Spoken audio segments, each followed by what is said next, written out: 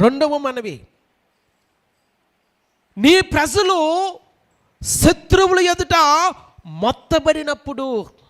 లేదా శత్రువుల ఎదుట నిలువలేక తరుమబడుచూ ఉండినప్పుడు నీవు వారిని దృష్టించి, చదువుదామా మాట చూడండి 33-34 వచనాలు. మరియు ఇశ్రాయేలీయులకు నీ జనులు నీకు విరోధముగా పాపము చేయుట చేత తమ శత్రువుల ఎదుట మొత్తబడినప్పుడు వారు నీ తట్టు తిరిగి నీ నామమును ఒప్పుకొని ఈ మందిరమందు నిన్ను గూర్చి